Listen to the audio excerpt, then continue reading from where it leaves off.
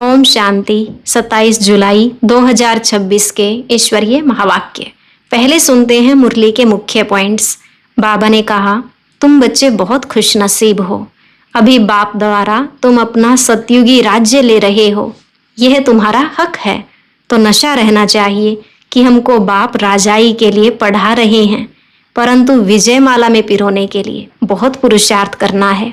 फिर बाबा ने कहा, लौकिक पढ़ाई में तो अनेक सब्जेक्ट्स होते, लेकिन यहाँ एक ही पढ़ाई है और एक ही पॉइंट है, मन मना भव। इस मंत्र से ही तुम्हारे पाप नाश होंगे। तो रोज अपना याद का चार्ट रखो। अभी तुम स्वदर्शन चक्रधारी बने हो। यह चक्र बुद्धि में फिरते रहना चाहिए, तभी वहां जाकर चक्रवर्ती राजा रानी बनेंगे। लास्ट में बाबा ने कहा, तुम असल में देवी देवता धर्म के हो, परंतु अभी इतने पतित बन गए हो जो अपने को देवता कहला नहीं सकते। फिर तुमको योग बल से पावन बनना है। पावन बनने से ही सुख धाम शांति धाम में जा सकते हैं। अब सुनते हैं महावाक्यों को विस्तार से। मुरली का सार। मीठे बच्चे, सारी दुनिया में तुम्हारे जैसा खुशनसीब कोई नहीं। तुम हो राज ऋषि। तुम राजाई के लिए राजयोग सीख रहे हो। प्रश्न, निराकार बाप में कौन से संस्कार हैं जो संगम पर तुम बच्चे भी धारण करते हो? उत्तर, निराकार बाप में ज्ञान के संस्कार हैं। वह तुम्हें ज्ञान सुनाकर पतित से पावन बना देते हैं, इसलिए उन्हें ज्ञान का सागर पतित पावन कहा जाता है। तुम बच्चे भी अभी वो संस्कार धारण करते हो। तुम नशे से कहते हो हमें भगवान पढ़ाते हैं, हम उनसे सुनकर सुनाते हैं। गीत, आखिर वह दिन आया आज। ओम शांति। मीठे मीठे रूहानी बच्चों ने यह गीत सुना। यह महिमा किसकी है? एक बाप की। शिवाय नमः। ऊंचते ऊंच भगवान है ना। बच्चे जानते हैं वह हमारा बाप है। ऐसे नहीं कि हम सभी बाप हैं। गाया भी जाता है, सारी दुनिया ब्रदरहुड है। सन्यासी अथवा विद्वानों के कहने अनुसार ईश्वर सर्वव्यापी कहने से जैसे कि फादरहुड हो जाता है। ब्रदर होने से बाप तो सिद्ध होता है, जिससे वर्षा मिलना है। फादरहुड है तो फिर वर्षे की बात ही नहीं है। बच्चे जानते हैं हम सभी आत्माओं का बाप एक है। उनको कहा ही जाता है वर्ल्ड गॉड फादर। वर्ल्ड में कौन है? सभी ब्रदर्स हैं, आत्माएं हैं। सबका गॉड फादर एक ही है। उस बाप की सभी प्रार्थना करते हैं। एक की ही बंदगी व पूजा होनी चाहिए, वह है सतो प्रधान पूजा।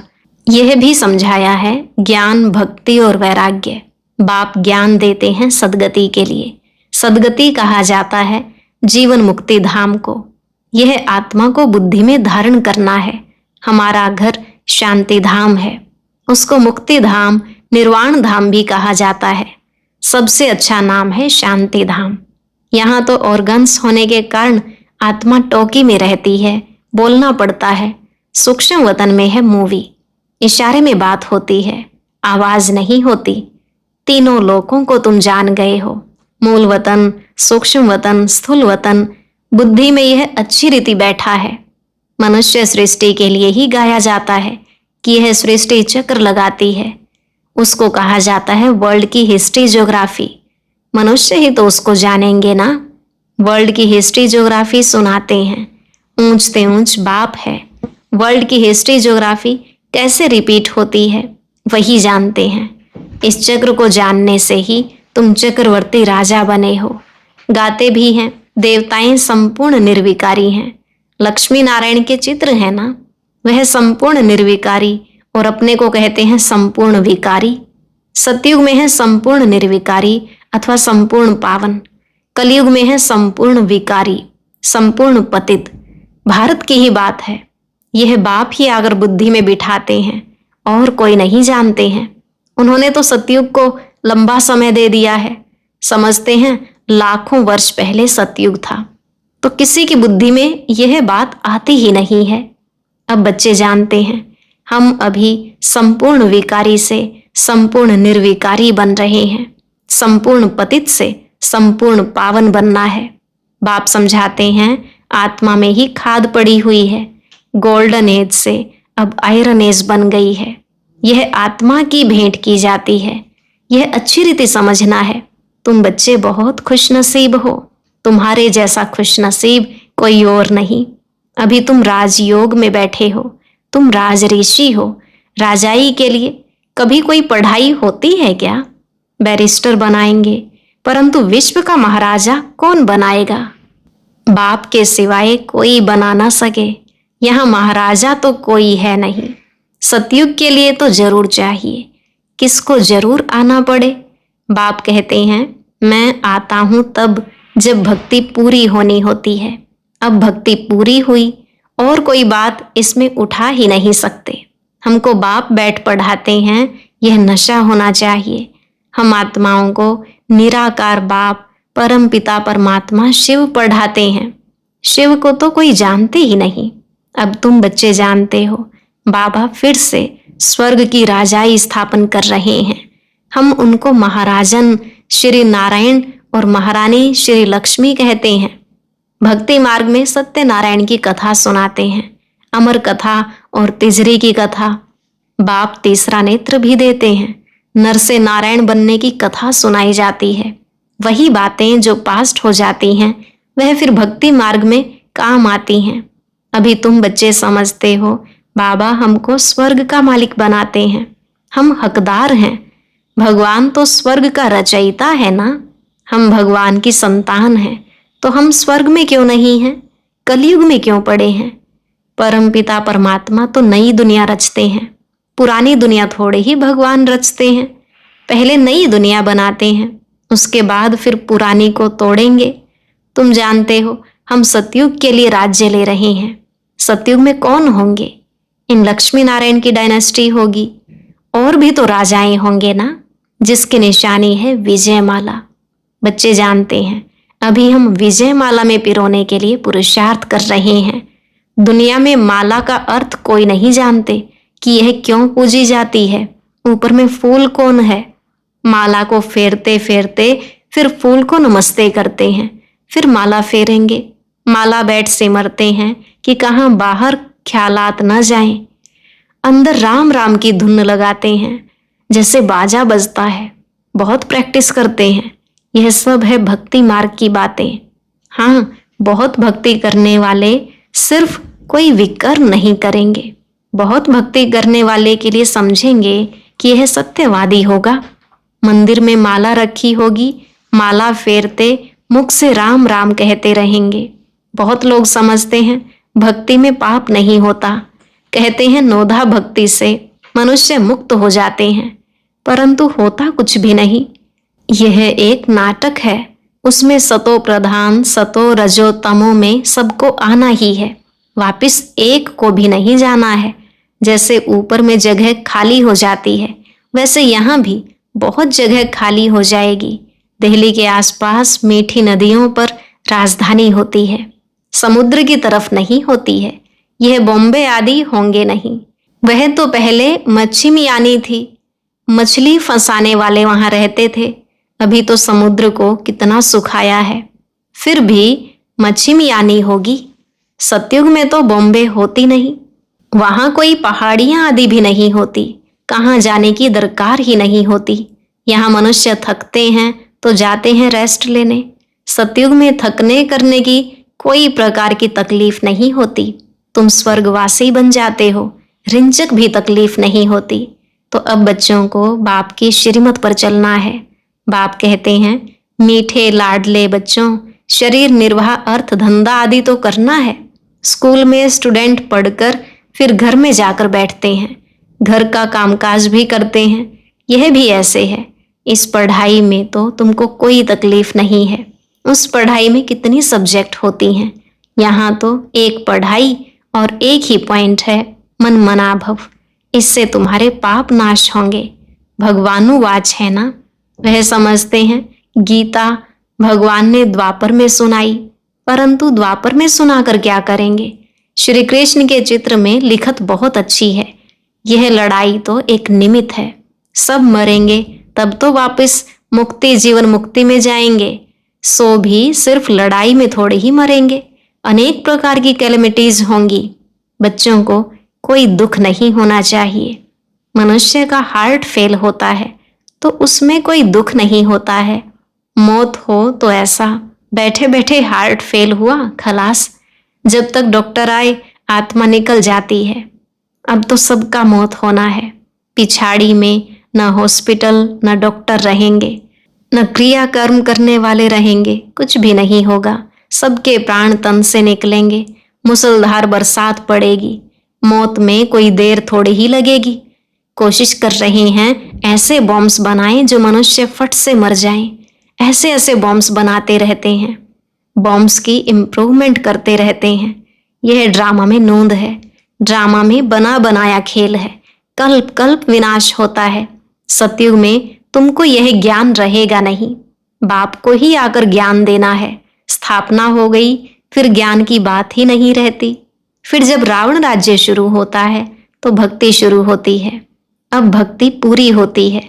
अब तुमको योग बल से पावन बनना है। पावन बनने से ही सुख धाम शांति धाम में जा सकते हैं। चार्ट रखना पड़े यह तो समझ गए हो। हमको बाप को याद कर तमो प्रधान से सतो प्रधान यहाँ बनना है।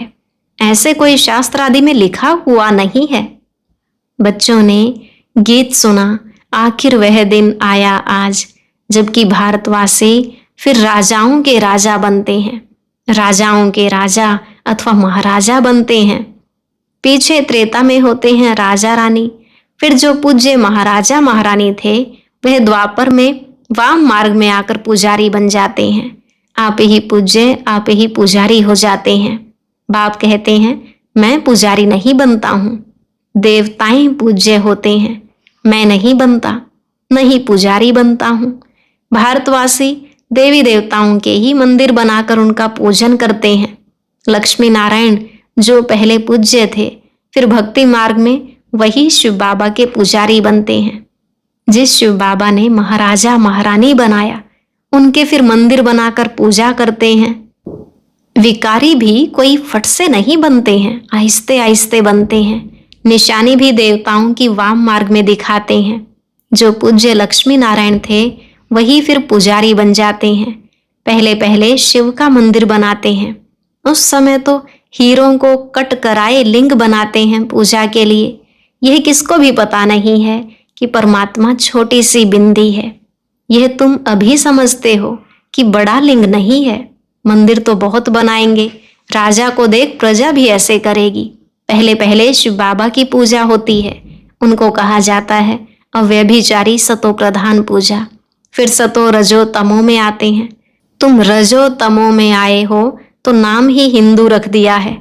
असुल थे देवी देवताएं।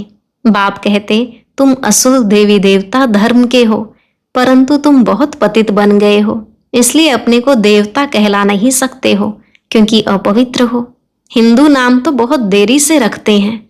अभी तुम समझते हो हम सो पूज्य थे, अभी संगम युग पर न पूज्य हैं न पुजारी हैं। तुम क्या करते हो? श्रीमत पर पूज्य बन रहे हो, औरों को भी बना रहे हो। तुम हो ब्राह्मण, तुम्हारी आत्मा पवित्र होती जाती है। पूरा पवित्र होंगे तो यह पुराना चोला छोड़ना पड़ेगा। बाप कहते हैं बिल्कुल सहज है। बूढ़ी माताओं को धारणा नहीं होती है। बाप कहते हैं यह तो समझते हो कि हम आत्मा हैं। आत्मा में ही अच्छे व बुरे संस्कार होते हैं। आत्मा ने जो कर्म किया वह दूसरे जन्म में भोगना होता है। बाप भी आत्माओं से बात करते हैं। बाप कहते हैं हे बच्चे, आत्म अभिमानी बनो। निराकार शिव बाबा निराकारी आत्माओं को पढ़ाते हैं। निराकार बाबा में ज्ञान के संस्कार हैं। शरीर तो उनको है नहीं, तो वह ज्ञान का सागर पतित पावन है। उनमें सब गुण हैं। बाप कहते हैं मैं आकर तुम बच्चों को पावन बनाता हूँ। युक्ति कितनी सहज है। अक्षर ही एक है, मन मना भव। मामेकम याद करो, याद से ही तुम्हारे विकर्म विनाश होंगे। यह भी जानते हो अभी हम ब्राह्मण हैं, फिर सूर्यवंशी, चंद्रवंशी, वैश्य, शूद्रवंशी बनेंगे। हम ही इस 84 के चक्र में आएंगे, ऊपर से नीचे उतरेंगे, फिर बाबा आएंगे। बरोबर यह सृष्टि का चक्र फिरता रहता है। सृष्टि यह पुरानी होती है तो फिर बाबा आते हैं नई बनाने। यह तो बुद्धि में बैठता है ना, यह चक्र बुद्धि में फिरना चाहिए। अब तुम स्वदर्शन चक्रधारी बनते हो, जिससे फिर जाकर चक्रवर्ती राजा बनेंगे। अच्छा, मीठे मीठे सिकिलधे बच्चों प्रति माता पिता बाप दादा का याद प्यार और गुड मॉर्निंग। रूहानी बाप की रूहानी बच्चों को नमस्ते। रूहानी बच्चों की रूहानी बाप दादा को नमस्ते नमस्ते, गुड मॉर्निंग, शुक्रिया बाबा, शुक्रिया। धारणा के लिए मुख्य सार। पहला पॉइंट, श्रीमत पर पूज्य बनना है। आत्मा में जो बुरे संस्कार आ गए हैं उसे ज्ञान योग से समाप्त करना है। संपूर्ण निर्विकारी बनना है। दूसरा, शरीर निर्वाह अर्थ कर्म करते भी पढ़ाई पढ़नी और पढ़ानी है। योग बल से पावन बन राजाई पद लेना है। वरदान, अपनी श्रेष्ठ स्थिति द्वारा माया को स्वयं के आगे झुकाने वाले हाईएस्ट पद के अधिकारी भव। अपनी श्रेष्ठ स्थिति द्वारा माया को स्वयं के आगे झुकाने वाले हाईएस्ट पद के अधिकारी भव। बाबा ने कहा, जैसे महान आत्माएं कभी किसी के आगे झुकती नहीं हैं, उनके आगे सभी झुकते हैं, ऐसे आप बाप की चुनी हुई सर्वश्रेष्ठ आत्माएं कहाँ भी कोई भी परिस्थिति में व माया के भिन्न भिन्न आकर्षण करने वाले रूपों में अपने को झुका नहीं सकती। जब अभी से सदा झुकाने की स्थिति में स्थित रहेंगे तब हाईएस्ट पद का अधिकार प्राप्त होगा। ऐसी आत्माओं के आगे सतयुग में प्रजा स्वमान से झुकेगी और द्वापर में आप लोगों के यादगार के आगे भक्त झुकते रहेंगे। स्लोगन, कर्म के समय योग का बैलेंस ठीक हो तब कहेंगे कर्म योगी। कर्म के समय योग का बैलेंस ठीक हो तब कहेंगे कर्म योगी। अव्यक्त इशारे, ज्वाला स्वरूप स्थिति में रहे शक्तिशाली याद का अनुभव करो। कई बच्चे कहते हैं कि जब योग में बैठते हैं तो आत्म अभिमानी होने के बदले सेवा याद आती है, लेकिन ऐसा नहीं होना चाहिए, क्योंकि लास्ट समय अगर अशरीरी बनने के बजाय सेवा का भी संकल्प चला तो सेकंड के पेपर में फेल हो जाएंगे। उस समय सिवाय बाप के निराकारी, निर्विकारी, निरहंकारी और कुछ याद नहीं। सेवा में फिर भी साकार में आ जाएंगे। इसलिए जिस समय जो चाहे वह स्थिति हो, नहीं तो धोखा मिल जाएगा। आज का अव्यक्त ज्ञान मोती सुनने के लिए ऊपर दिए गए बॉक्स पर क्लिक करें। अगर बॉक्स दिखाई नहीं दे रहा है तो ऊपर जो कॉर्नर में शो लिखा हुआ है उस पर क्लिक करें।